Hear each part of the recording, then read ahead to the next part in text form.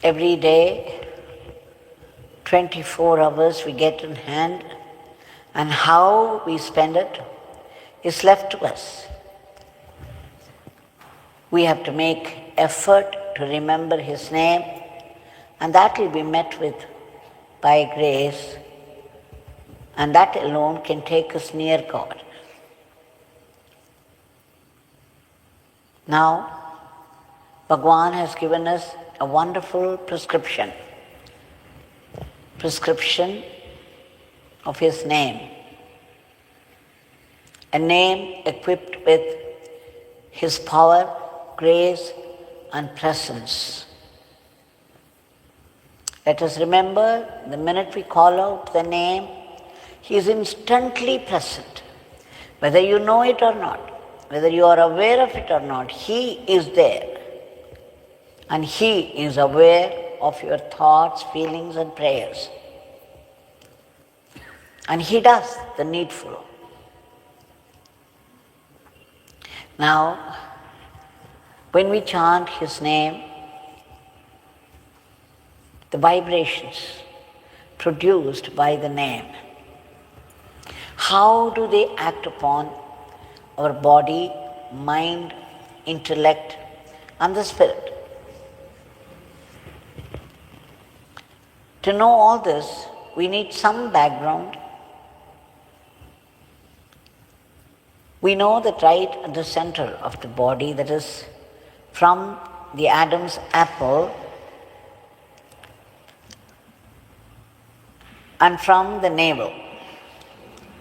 If you find the center, the distance between the navel and the Adam's apple,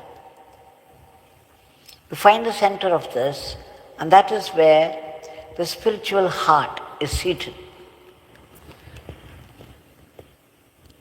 Now, this spiritual heart is hanging downward, surrounded by so many nadis, channels of energy, subtle channels of energy. It cannot be seen by human eye. Now, within this is Chitakash, the Chit Akash, meaning the prajna, the knowledge, or whatever you call it. The space there is like our physical Akash. Here it is an Akash which is full of consciousness. And within that is Pranagni, Pranan. Now when the divine, the pure awareness, has only itself to be aware of and nothing else at all, no creation, no sustenance, no destruction, nothing else. The one self, the one divinity, which is pure awareness. Now somehow there is an impulse, a pulsation in it to create. Now this pulsation, it becomes the throb of I consciousness in all of us, in all the creatures. The ant will have this throb of I consciousness. I am an ant. This I is there. A plant has this I consciousness. Everything in the universe has this pulsating I consciousness. And then it takes this I consciousness, it is the pulsation, it is movement, so this is called Parashakti.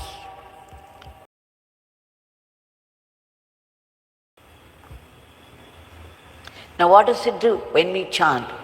From the primordial womb, this Hamsa mantra has come, and this from the Hamsa, all other mantras.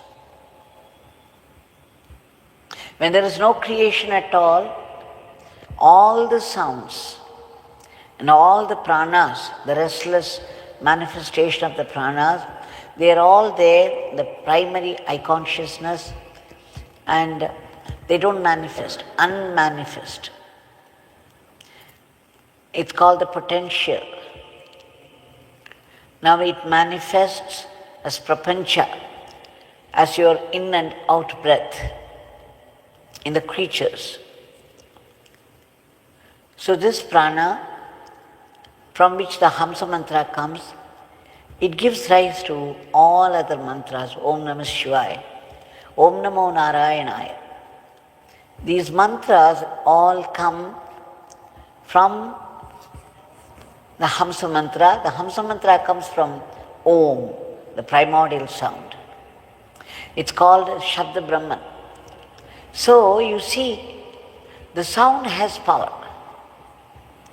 The mantra is a combination of sounds. Each letter has come from the throb of high consciousness, from Parashakti. Each letter, each akshara has come from Parashakti, who is the movement of Shiva, the stillness. So, every mantra has letters typical of the mantra, and each letter is empowered. Each letter carries a specific Shakti. So a combination of letters, a combination of aksharas has a power of its own. Om Namah Shivaya, Om Namo Narayana. Each letter of these mantras has power. So when you chant the mantra, your tongue is in contact with the mantra. The vibrations of the mantra, they mingle with the prana inside. And what does the prana do? I already told you, the pranagni, when you eat food, this food goes to the pranagni first. And what does the pranagni do? It eats up the food, it consumes, and then sends it back to all parts of the body as heat. So the food gets converted into heat and the whole body is hot. Now when the prana leaves the body, there will be no more heat in the body and the body becomes very, very cold and it starts decay. So each mantra that you chant, when you chant Yogi Ramsuratkumar or Rama Rama Ram or Arunachala Shiva, Om Namah Shivaya, Om Shri Ram Jai Ram Jai Jai Ram. Each mantra has letters, aksharas, and each akshara is Shakti. That's why when you keep on chanting, at one point you begin to see the mantra glowing. Each letter, each akshara of the mantra that you chant will begin to glow in golden color. It would begin to glitter like gold. The vibrations of the mantra that you chant, they go to prana. And what does the prana do with this mantra? It is energy, very high energy. It is the energy of the Supreme. So what does the prana do? The prana will distribute these vibrations to all parts of the body, just as it does distribute the food, the consumed food, the digested food, as heat to all parts of the body. So these vibrations, they go to the 7 dhatus of the body, and these vibrations, they begin to clean up the body. So the first job of any mantra that you chant from the tongue, from the lips, is to create vibrations that would be taken to all parts of the body. And what does it do? It cleans up. It cleanses the body. The more and more and more you chant, and with great love, with pure feeling, with intensity, more and more and more vibrations of power and energy will be distributed by the prana throughout your body. And what does it do? It cleanses. When it cleanses, no diseases can come anywhere near you. The body has to become pure, and even the body begins to glow. We call it tejas. Then if you continue to chant the name with more intensity now, with more pure feeling of love, it goes on to the next sheath. We all have 5 sheaths. SHEATHS, sheath. The first sheath is your body, physical body, which depends only on the food intake. What food you take, it's annamaya. It is the body of the food, the physical body. And then I said, the indweller God manifests as prana, and this prana has its own body, its pranic body, and then the vibrations begin to purify the pranic sheath. When that is over, the vibrations will deepen, and by now you will begin to have visions, and you will begin to hear sounds also, such beautiful divine sounds. And then it goes on to cleanse your mind, which is a bundle of thoughts. You begin to get only sattvic thoughts. Your anger, fear, all the negativities of the mind will be gradually removed. The mind becomes sattvic. Once it is purified and you continue chanting, you deepen the chanting, it cleanses the layer of buddhi, the intellect, so that it will no more think up crooked ways. It will not twist anything, it will not misinterpret. This is called Vijnanamaya Kosha. And then what happens? Anandamaya Kosha. The 5th sheath is Anandamaya. And beyond that is the Turiya, the state of permanent peace and joy, bliss. Now, this much work will be done by the mantra that you chant. So you see how valuable it is. You can never underestimate the value of a mantra.